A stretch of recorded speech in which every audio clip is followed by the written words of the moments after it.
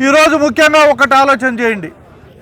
సంవత్సరం కాలం పూర్తయింది అంటే ఈనాటితో రిజల్ట్స్ వచ్చి ఈ ప్రభుత్వం అధికారంలోకి వస్తుంది అనే సంకేతం ఈరోజు వెలువడిన సందర్భంగా నేను చంద్రబాబు నాయుడు గారి మాటలను గుర్తు చేసే ప్రయత్నం ఒకసారి చేస్తా.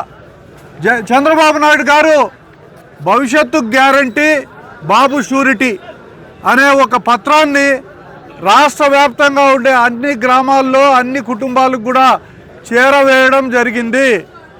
ఇందులో ఆయన ముఖ్యంగా చెప్పిన విషయాలు ఏంటంటే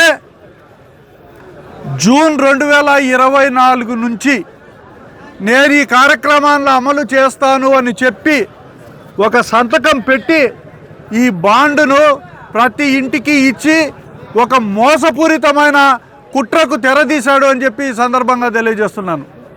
ఇంత అవసరమా?